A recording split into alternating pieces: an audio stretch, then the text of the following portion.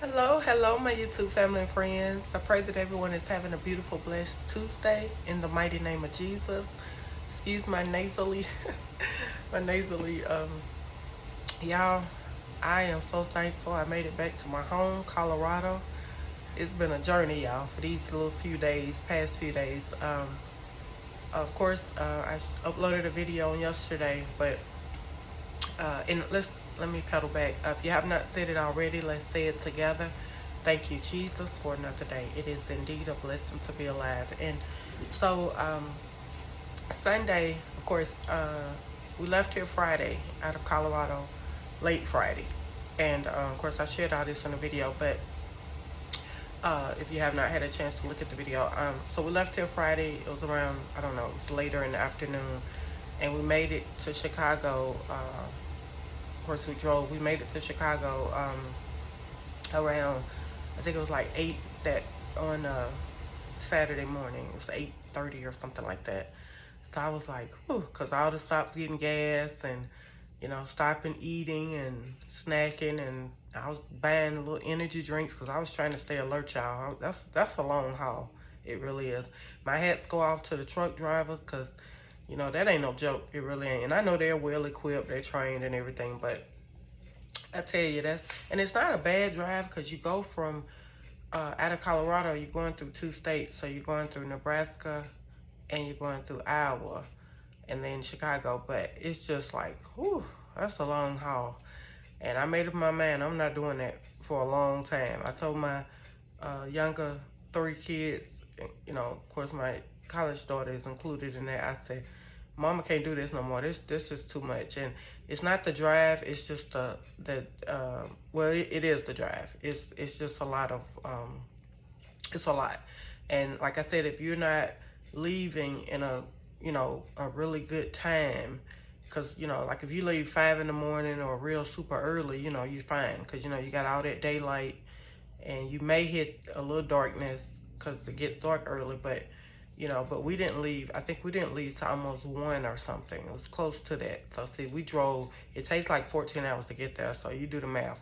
And I was like, oh my gosh, I should have left way earlier. But she had a lot of things she had to take care of, and so did I. And I had Friday off, and I was so intending to leave super early Friday, but I had to get to rent a car, and she had to get stuff before she left here. And it was just a lot, and she was all packed up Thursday night, but it was just a lot. And so, and I didn't have much to pack because, we was going to I was going to take her there, drop her off, and turn around and come back. But I just needed to change the clothes and stuff. But anyway, we got her back, and I left, of course, Sunday. I didn't leave a good time Sunday. I was intending to get up super early Sunday, but I didn't leave till, because I had a few stops I had to make, and I was trying to see her one last time, and she wasn't feeling good. So I ended up leaving, I think it was 11 or something like that, 9 or 10, I can't remember. But anyway, I made it back here to Colorado. It was like almost 2 in the morning on yesterday. And so we returned the rental car back, and I actually could have kept it the whole day. And I would have kept it the whole day had not my, but I didn't have anywhere to go or anything to do. So I was like, well, I just take it back. Because my son was like, Mom, because the time that I included to take it back would be the time, he wouldn't have made it back home yet from work. So I was like, well, we better go ahead and take it back when they open, and that way they'll have it. So anyway, we returned it yesterday. And early yesterday morning, I came home and I crashed because I was able to get a little sleep when I made it in 2 in the morning. But, I had to, we got up, he had to be at work at real early, and so I just got on up and took the car back. He dropped me off and took the car back and brought me back home. So anyway, y'all, it's been something else. It's been something else. But I take nothing from my journey. I tell my children we are here to help one another. And I told them, I said, Mama is here for it all. Whatever I need to do for y'all, I'm going to take care of you and make sure you're good. And so they said, yeah, we know, Mama. And I said, yeah, we all in this together. And, we leaving all that negativity and toxic and people who just, you know, some people just call to check up on you to see if you're failing, you know, to see, can they get any type of updates? They don't know what's going on, but they want to see, you know, if their witchcraft is working. But to glory be to God, it can never work, because God has his hand on us. And we, like I said, that's the only lock and key. We living all that in 2024. But I thank the Lord, I really do, for just sound mind in him, sober mind. And I'm thankful, because I'm doing so many things now that I never thought I would ever be doing. And he gets all the honor, the glory, and the praise out of it. And, you know, a lot of times we wonder, how come we have to do stuff by ourselves? And I was listening to a young lady when we were in Tennessee, and I sort of knew. It's like God allowed me to see or hear different things. And, you know, he shows me, I come across videos, and if nothing else, if I don't listen to the entire video, what they're saying, the title it applies to my life. And so this young lady was saying that, because this was before we moved and everything, but she said there will be a lot of things. She was talking to everybody, but she said there will be a lot of things in your life where you want to celebrate, the celebratory, but you will want to celebrate with others, with family, with whomever, but you'll be celebrating, you know, just with yourself and with Jesus. And, you know, you won't be able to, like, say, like, you say, oh, Lord, the Lord blessed me with a new car, or the Lord blessed me with a new house. You know, you won't have a whole bunch of people around you. That's what she was saying. You won't have a whole bunch of people around you to celebrate with you. But because Jesus is going to get the honor, the glory, and the praise out of that situation. So you'll just basically be celebrating with who God has in your life at that particular time. And I was like, I think about that every now and then. I'm like, that's so true. You know, because there's so many times God has blessed me here in Colorado with different, you know, just blessings. You know, they could be small, medium, large, whatever. And I want to call, you know, I want to call my parents. I want to call my sister, my brother, my aunts, uncle, and tell them, you know, guess what? You know, blah, blah. But, you know, God did not intend it to be that way. Because, for one, if people are, they're not, you know, if God wants somebody in your life, for one, they're not going to be happy for you. Two, I'll say they're not going to be genuinely happy for you. And two, God is like, no, you don't have to tell them anything. Because, you know, when God blesses us, he's so faithful, y'all, when we faithless.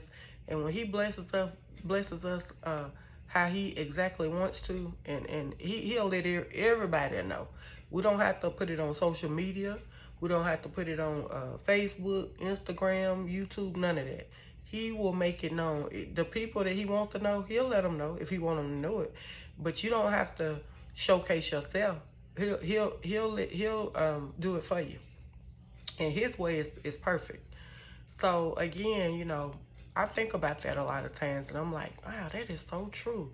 Because like I said, it could be something, you know, it may not mean much to some people, but I'm like, you know, okay, this happened, or that happened at work, or this happened at home, or, you know, because I was that type of person where I wanted to tell everybody, you know, and that's one reason I used to like Facebook and stuff, not to be showboaty or anything, but I don't know, I just like sharing good news, and I want to hear somebody else's good news. But then, you know, it can go into, you want to compare yourself to others, because, you know, if you feel like you at a standstill and you're not getting what they getting, or, you know, it goes into some worldliness sometimes. And I was like, okay, you know, because you can tell when somebody is genuinely sharing information, and then it goes into, it's, you know, it's like almost like showboating or showcasing. I feel like, you know, sometimes I did that myself. I was guilty of that. And my late husband used to tell me all the time, he said, it's just a showcase. That's all that is. You know, he used to say that all the time about Facebook.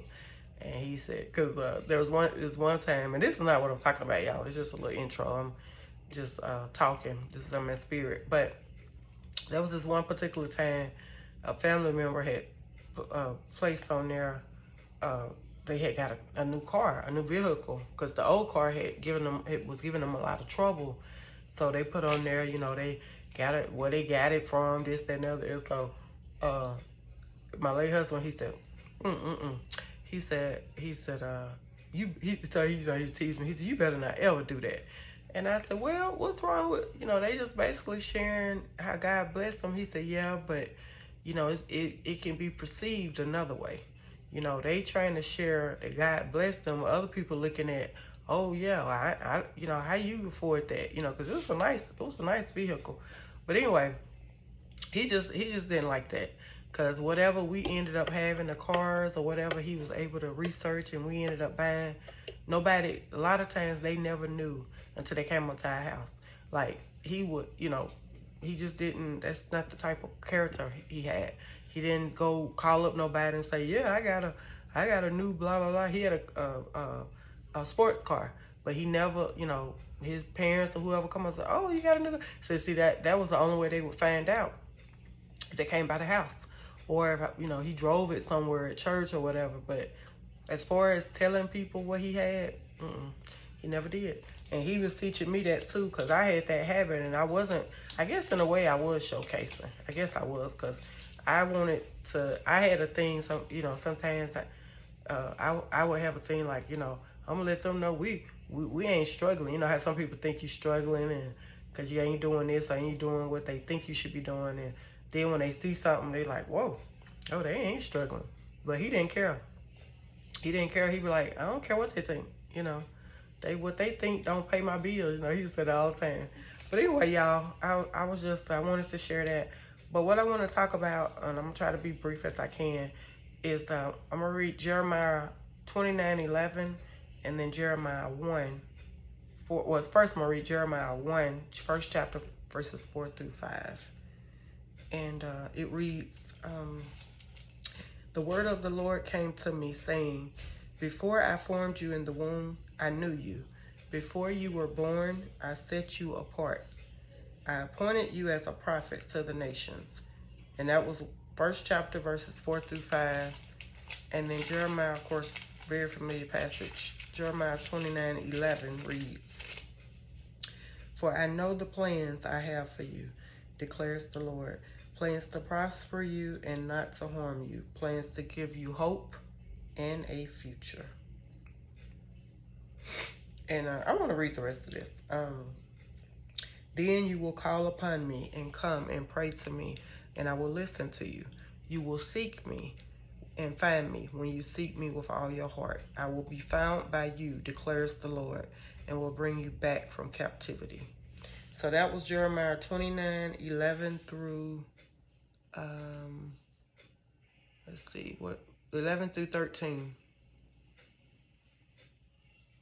And I'm sorry, I wasn't finished. So I will gather you from all the nations and places where I have banished you, declares the Lord, and will bring you back to the place from which I carried you into exile. So that was Jeremiah 29:11 through 14. Yeah. So I wanted to talk about, just real brief here, the original version.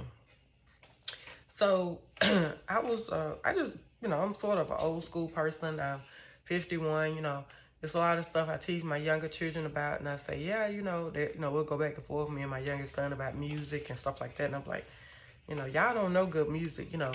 When I was in the teenager, or when I was y'all age, we had some really good music, really good artists. So we'll just laugh or whatever about that. But again, I prefer the original version for my life. God will rewrite your story. And I'm looking at my notes, y'all, so I won't get off track. In this day and time, everyone wants the new version of something or an updated version. And me personally, I like the original version. And I'll just give you some examples because I've been wanting to share this. So it's like God wanted me to, I'm sharing it now. I've been wanting to try to figure out a way I could share it. But I used to love watching Superman. And so I go back and forth with my youngest son. They made so many new Superman and Lois. It's another one where all of the superheroes are in one movie. I forget the name of that movie. But anyway, excuse me. Just allergies, y'all. But anyway, around that traveling and cold. But so anyway, we go back and forth. So I told them, I said, y'all, Y'all don't know Superman like I know Superman. I said the Superman I know is Christopher Reeve. And you know, he's since passed away and everything, him and his wife, his second wife. But his children, their children are still carrying on his legacy and everything. But I was, you know, it was just, I don't know, it was just placed in my spirit. I think it started maybe, I want to say it was before Thanksgiving or something. And I was just flipping through the channels because, like I said, I like old, you know, sometimes I like watching old movies, old, you know, whatever, sitcoms or whatever. But I have to be careful with that because, you know, a lot of times when we go back to the old, the enemy want us to stay in the old and we got to move forward. But that's not the reason I was watching it. I was watching it because I'm like, wow, you know, brought back a few memories and I'm like, this was real, you know, even though you knew it was fake, you know, a man couldn't fly. But it was just so entertaining to watch that, and it was so believable. And even in that day and age, you know, you a young person sitting there watching TV, and you're like, he's actually flying. No super duper special effects, but it just, I don't know, it's just something about it. So anyway, me and my youngest son will go back and forth, and I said, you need to watch. That's the Superman. That's the real Superman, Christopher Reeve. So then, but it was in my spirit. I think it's on Cinemax. To watch his story. I forget. I think it's called Christopher Reeve's Story, and it has / Superman, and it's just telling about, you know, what all he went through and everything. And if you get a chance to watch it, please watch it. It's very, I think it's around almost 2 hours or so, but it's really, y'all, it was such a blessing for me. And I went and told my coworkers, and they were like, yeah, you know, we try to check it out, but it was such a blessing to me because I was like, wow, you know, you just never know. You see people on TV, you see people going through all this stuff, and oh, you know, that's such a shame, but there's always a testimony behind all of that. And, you know, of course, he was in the limelight. He was considered a celebrity or whatever you want to call it, but, you know, he went through a lot of hardships, and I feel like God took him back to his original version, what he created him to be, because there was some parts in the movie, or in the movie, and he was saying that he felt very humbled, you know, even though he had that fall at that equestrian, I can't say it, equestrian event where he fell off the horse, and that's how he ended up, you know, breaking his neck or whatever.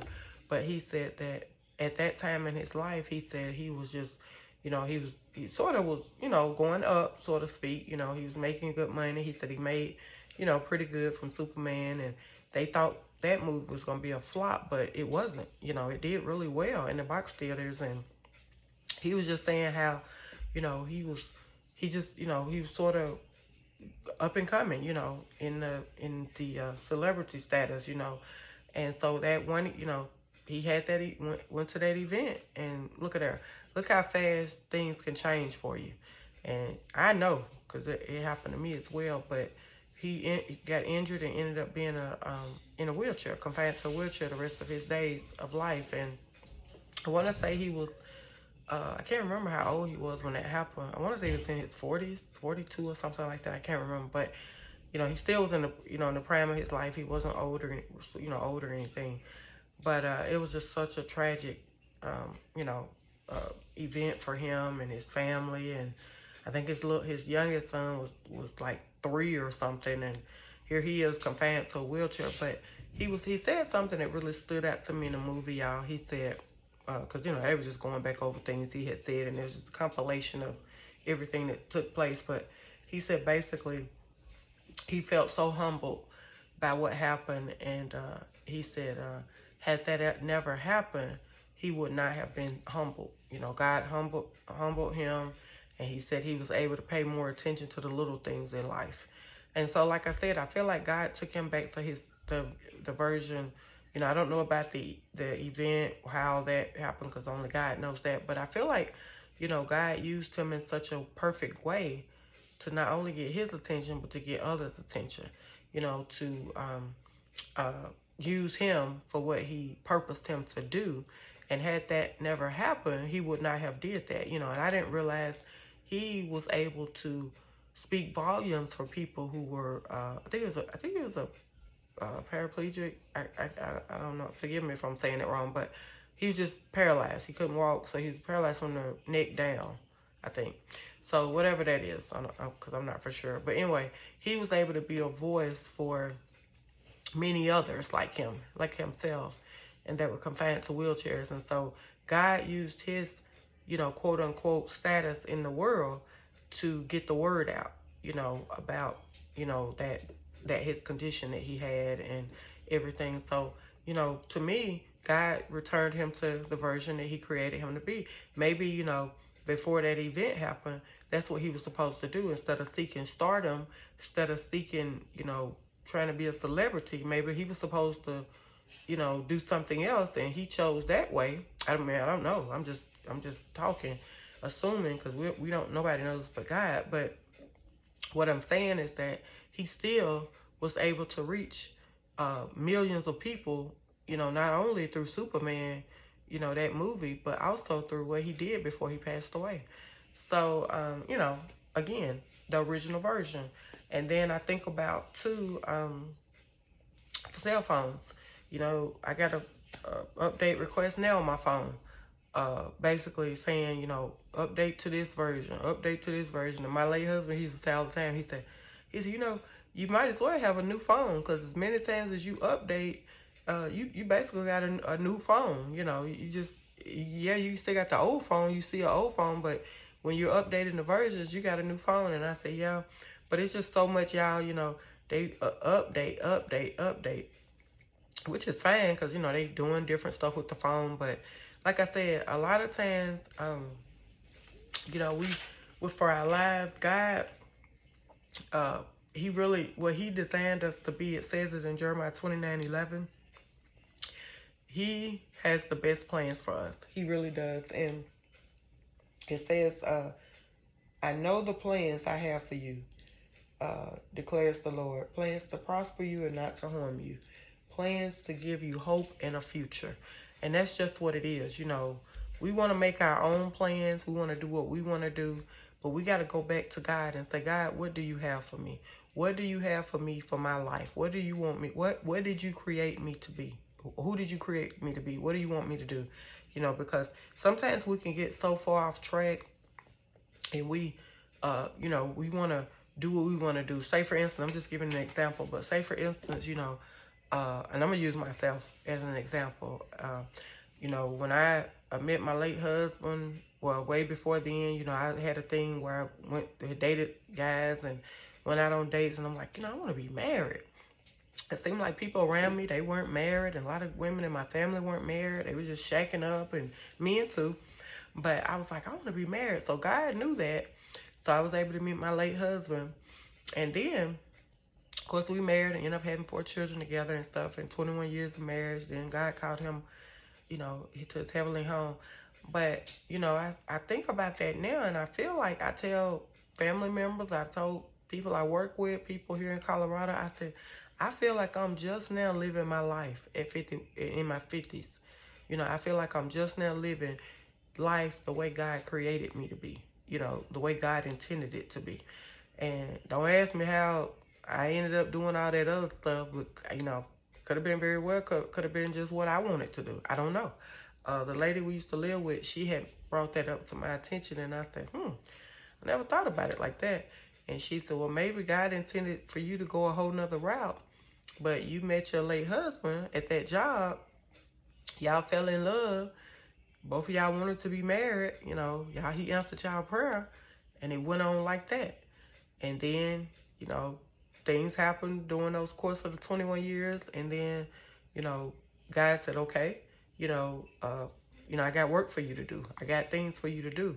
So, and I don't know, maybe that's the way he wanted me to go. That's the route, or that's the route I intended to take. And God said, okay, now I got to shake things up, because I got to get you back where I need you to be. So that's where I feel right now I'm at. God is creating a new foundation for my life, a new version of me. And a lady had said to me, at a Bible study me and my oldest daughter went to here at the church we go to a couple of summers ago. She said, next time they see you, they're not going to even recognize you. And I said, really? She said, yeah, I'm talking about your family. I'm talking about people that once knew you and remember you how you used to look. So they not, and I couldn't quite grasp that, but she was talking about newness in Christ. She was saying they weren't gonna. Not, she was talking about physically. She was talking about spiritually, and I was like, and that kind of stayed on my mind for a while, and I was like, wow, that's something. But to be honest, I never was able to. I don't know if that lady was an angel.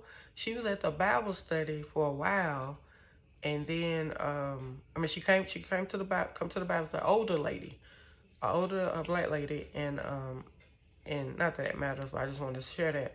But she, would come, and one time I sat like right by her, but she was so knowledgeable about the Bible. Didn't have a whole lot to say, but when she said talk, everybody, paid attention because she was very knowledgeable. And I think she was saying about, she was sickly. She had some type of breathing. It was hard for her to breathe. I think she wore oxygen at the different Bible studies. But she was a sweet lady, beautiful lady. And she's probably maybe in her late 70s or late 60s, early 70s, something like that.